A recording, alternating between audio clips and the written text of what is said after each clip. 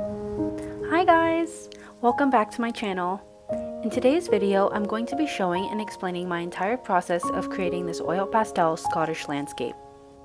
As I mentioned in my last video, I'm studying abroad here in Scotland for the year. I feel extremely blessed for this opportunity. I'm so happy that I can use my new surroundings as inspiration for my art. For this piece, I was inspired by the view of the river I always walk past on my way to campus. The greenery is so gorgeous and there are some very pretty flowers scattered within. This is one of my favorite views I've seen so far, and so I really wanted to draw it. Here's the picture that I took that I'll be referencing for this artwork.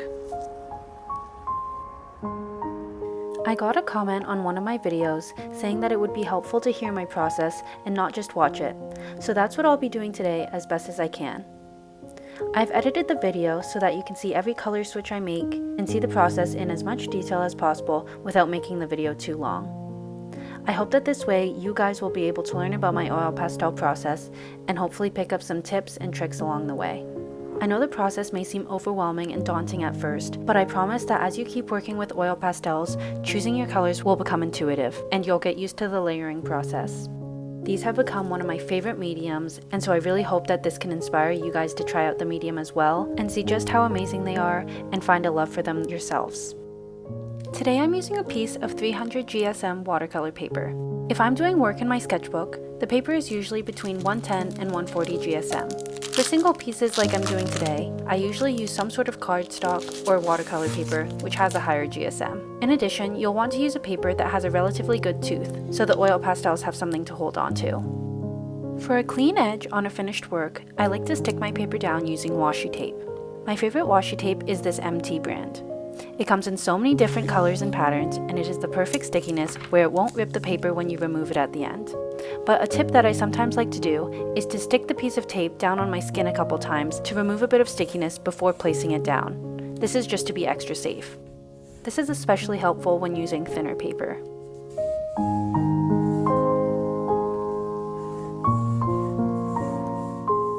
I always start off all of my oil pastel works by sketching out the composition with my Faber-Castell Pitt pastel pencil.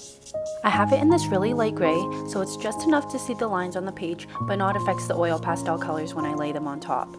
I switched to using this instead of a pencil for drafting out my initial drawing because if you layer your pastels on top of graphite, it oftentimes turned mine muddy. So I'm just drafting out the basic segments of the composition based on my reference photo.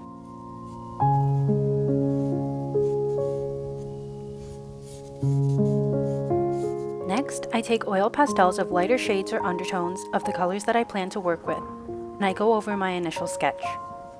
This helps me visualize the different sections and get an idea of the colors they'll include. Here, I'm using my firmest oil pastels. As a general rule of thumb, when you work with oil pastels, you want to layer them from hardest to softest. Otherwise, when you try to layer a harder pastel over a softer one, it usually just ends up smudging the soft oil pastel underneath and you won't have much success in laying down the color on top. Now that the initial sketch is done, I like to fill in each of the sections with the shade or undertone each section will be. This doesn't have to be perfect, it's just more of a way for me to get the artwork started so I'm not dealing with a blank page. I'm just basing these colors off of my reference photo. Now, when I complete an oil pastel work, I have two ways I'll go about it. I'll either work in segments, where I'll go section by section, completing each one to finality, or layers, where I'll complete an entire layer before moving on to the next.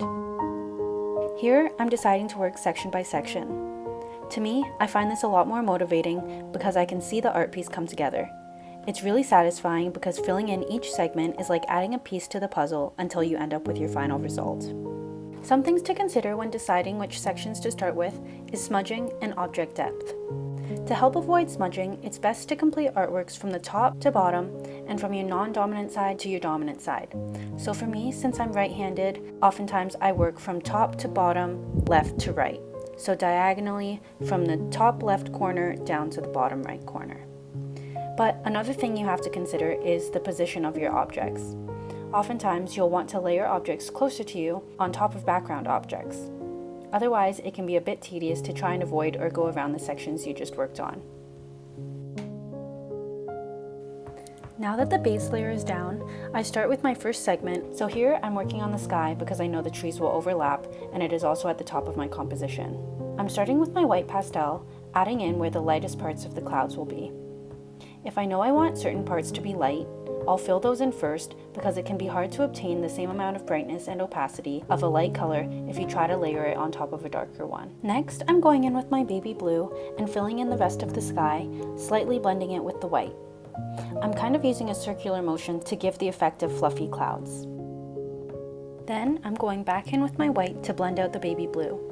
I do a lot of blending when working with oil pastels because that's what gives a smooth transition from one color to another and creates a varied shade range. I will always switch back and forth between colors as I layer them to help them blend more seamlessly into the work. Next, I'm taking a cool medium gray to add dimension and shadow into the clouds.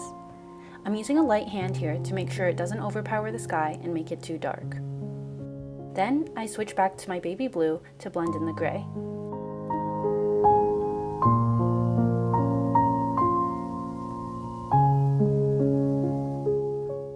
And finally, I'm switching back to my gray to relayer the deepest parts of the shadow and define the clouds. Since this is the final layer, I leave it as is and don't blend it out in order to keep a sharper, more detailed effect. Now, I'm moving on to my next segment, which is the grass. Honestly, the more logical section to work on next would have been the trees, taking into consideration object depth, but anyways, I'm starting with my light areas and using my baby yellow to indicate them. Next, I go in with a light green for the rest of the grass area, and then switch back to my baby yellow to blend it out.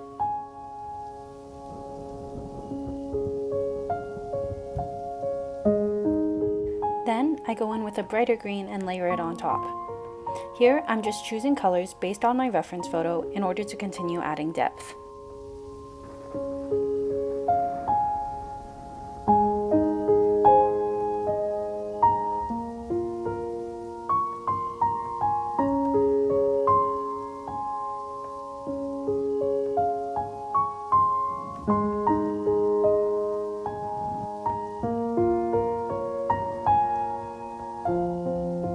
Now, I'm starting to add shadow and dimension using a mid-tone shade of green.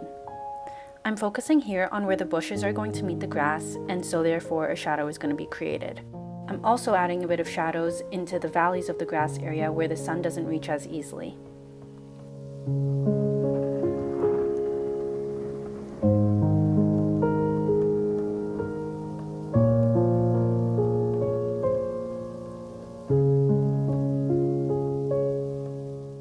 Once I've completed the further background part of my grass, I move to the foreground section, repeating a similar type of process.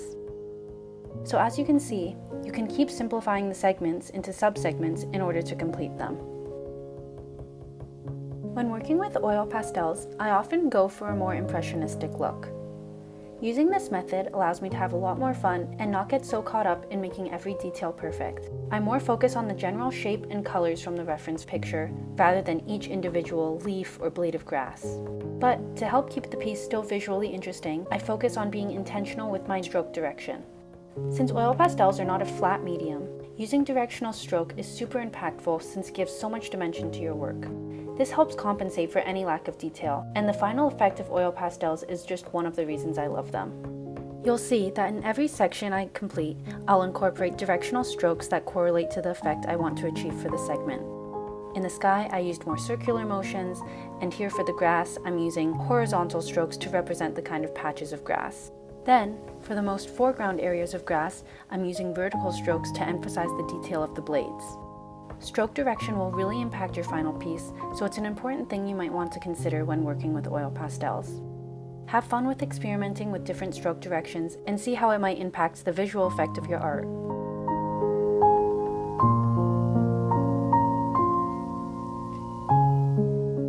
Now I'm moving on to the bushes in the foreground, starting with laying down a bunch of different shades of green based off my reference picture, and I'm using short circular motions to represent the texture of the bush. Another tip is to try and stick to a consistent color palette when working on a piece. This helps to create harmony throughout it. This shouldn't make you feel limited in how many colors you can use, but rather just something to keep in mind. For example, if I want to create highlights in trees, and I use a certain shade of light yellow, I'll continue to use that same shade among all the trees that are the same as one another. Otherwise, if I keep switching shades, each segment and each tree will look slightly different and you won't really achieve a sense of visual harmony. Where you can achieve differentiation is by the amount you use one color over another in your palette. Some trees may consist more of the olive green in your color palette, while others may consist more of the dull green. You can also incorporate different shades in the subtle shadows and accents in order to achieve this differentiation.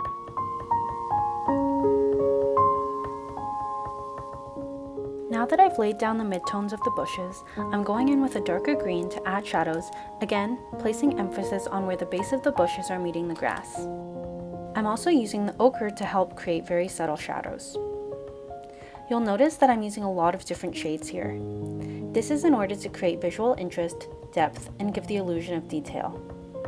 By only using a couple of shades, you can't create a realistic sense of depth. In real life, even objects of a single color actually consist of multiple shades due to the texture of the object and the way the light is hitting it. This creates the depth that makes the objects seem three-dimensional. By using multiple shades and values of a color on a singular object, like say a bush or a tree, you can replicate this type of realism. You'll see here in the bushes, I've used a variety of greens for the midtones, and for the shadows, I'm using multiple shades of dark green, gradually working my way up to the darkest one in the deepest parts of the shadows. After completing the shadows, I'll go back in with my highlight colors to re-emphasize any sections of brightness that were lost. Now I'm moving on to the water. I'm using a darker olive green since the river is more murky than it is bright. This also aligns with what I mentioned about keeping the colors consistent from my color palette. I keep layering with my colors, building up the highlights and shadows.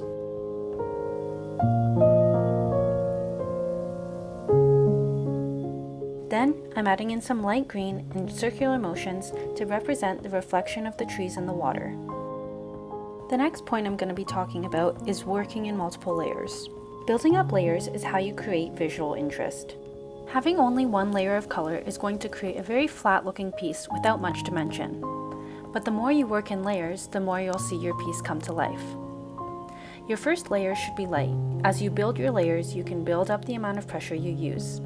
If you fill up the tooth of your paper in your first layer, any color you try to add on top won't have anything to grasp onto because the tooth has already been filled. As a result, you'll struggle to lay anything down on top. Once the tooth has been filled, this is when your work can become muddy, overworked, or start to lift. Now, I've moved on to the part of the water that has the reflection of the flowers. I'm starting with the reflection of the stems, using kind of a vertical diagonal stroke. From there, I'm continuing to build my layers, incorporating lighter and darker tones for the shadows and highlights. And for the flowers themselves, I'm using a light lilac and blending into the green of the stems and the water to create a softer look that an image reflected in water has. And now I'm using my deepest shades to darken the shadows and emphasize the contrast.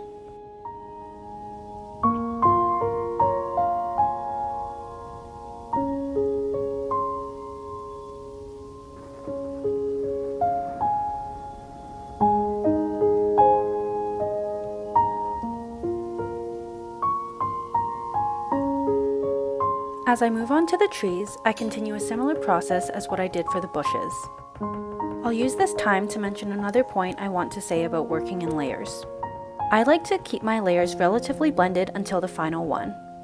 It's only in this final layer that I'll leave the color untouched in order to achieve those small details. But otherwise, I will always blend my layers. By blending my layers, it helps to create the overall color and depth and reduces the harsh look of an untouched stroke of color. For example, in the sky, all the colors are nicely blended together, creating a soft and subtle effect. And that final layer of gray just helps to add the contrast and separation to the clouds. If I left the clouds unblended, the result would be a very jaggedy and harsh looking sky in which your eye wouldn't be able to create a sense of depth or focus. Same goes for the bushes. The midtones are well blended and the final shadows and highlights are placed on top and left untouched to emphasize the contrast and detail. On a similar note, for the reflection of the flowers in the water, I intentionally chose to omit the final untouched layer since reflections in water are never quite detailed at all. So as you can see, I've just been working and layering a ton of different shades of green in order to build up this tree to my liking. To be honest, in this artwork, all of the sections of the bushes and trees took me a lot of trial and error and reworking and layering in order to achieve a result I was happy with. So just keep working on it and don't give up.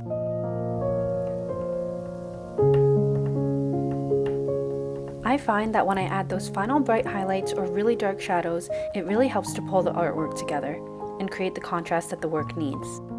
And here you can see me doing that.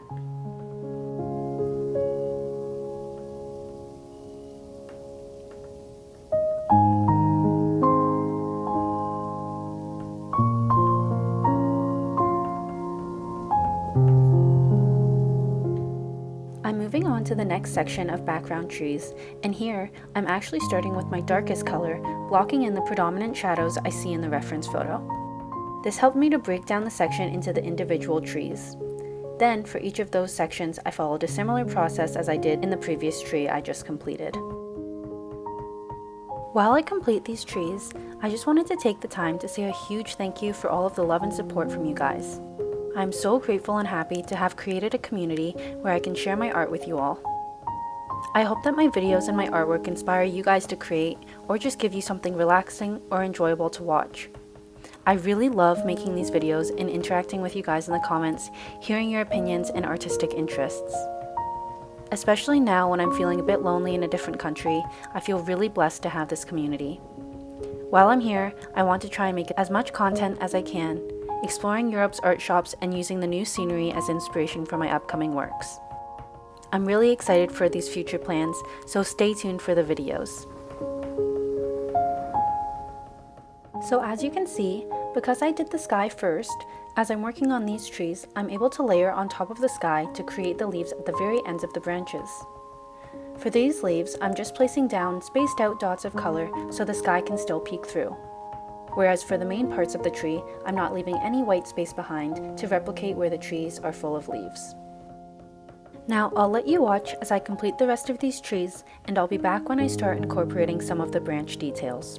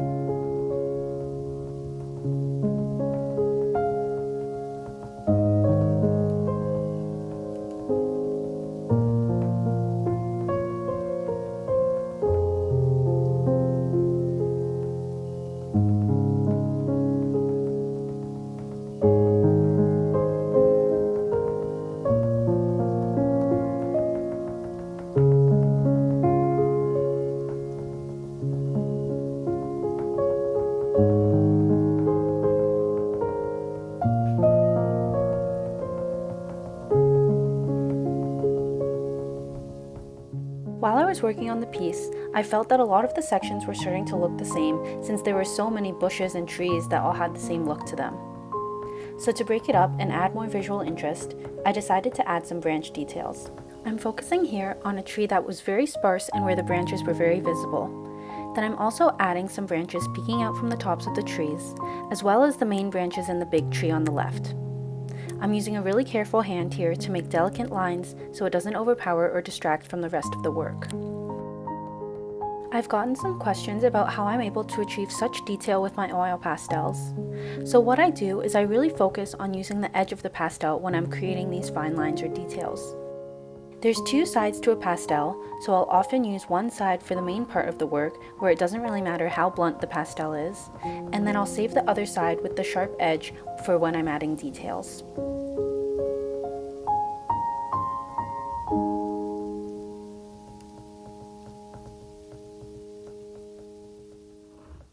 Now, I'm adding in the trees that are very sparse with leaves, so I'm using that same technique I used for the tops of the main trees, but for the entire tree, allowing lots of the sky to peek through.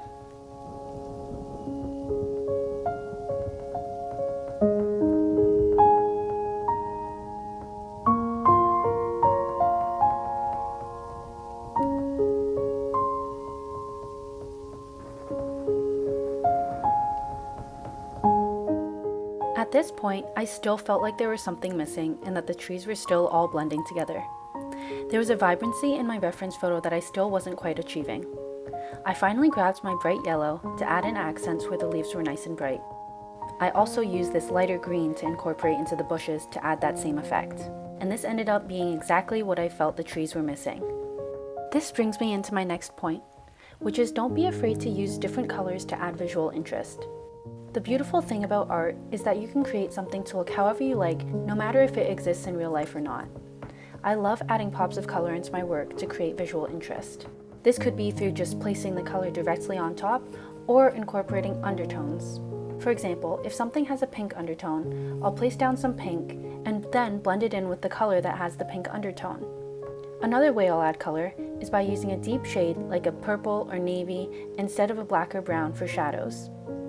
Some of my favorite subject matter to play with this technique is fish, birds, flowers, or really anything colorful, but you can experiment with this in any subject matter you'd like.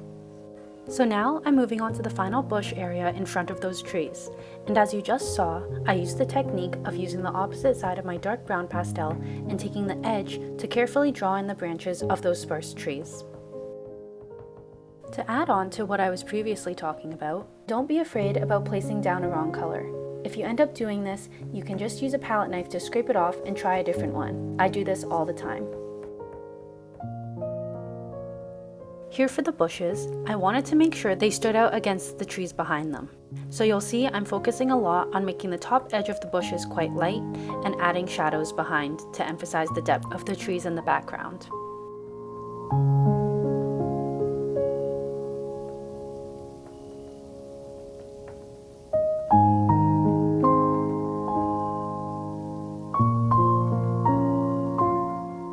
To help emphasize the highlights of the bushes, I took my palette knife to scrape off some of the light yellow in order to be able to place a more opaque layer of color. This is a useful tip if you want to layer a lighter color over top of a darker one when the tooth of the paper is already filled. An alternative approach is to use a pastel with softer consistency.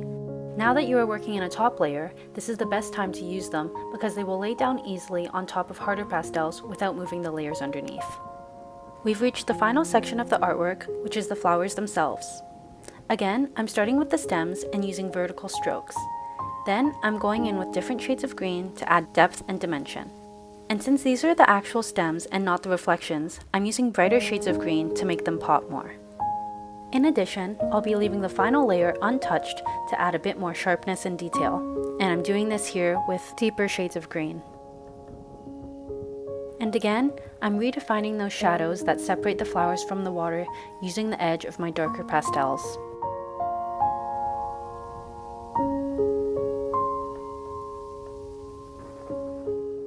For the flowers, I'm laying down baby pink as my base color in small circular motions. And I'm slightly overlapping with the green of the stems and the trees behind it to emphasize its position in the foreground. Then, I'm adding some dots of green on top to indicate the stems that are peeking through.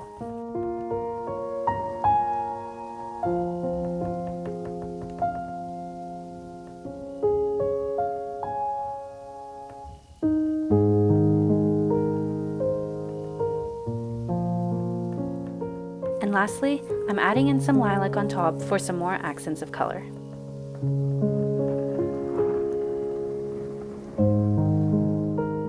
Finally, I'm going back to the bushes in my foreground to add some details on top. So I'm adding in some longer branches stemming out from the bushes, as well as redefining those shadows and highlights.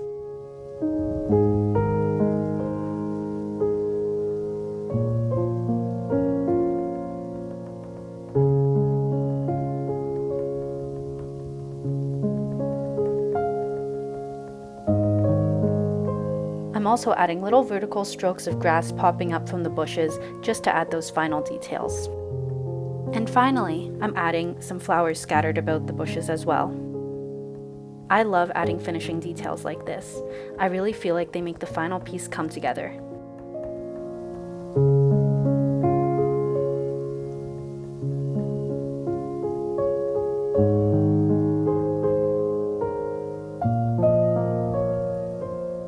And now, the artwork is complete. Here's the final result and some close-up shots. Thank you guys again so much for watching. It really means the world. I hope this video was helpful. Oil pastels have become one of my favorite mediums, and I hope watching this inspires you to try them out if you haven't already. I tried to explain all of my tips and outline my process as much as I could. If you're interested in more, I have a whole playlist about my top art tips, so you can check that out, and I also have a lot of other videos creating oil pastel works to watch if you're interested. Subscribe for more art content. I'll see you guys in my next video. Until then, happy creating.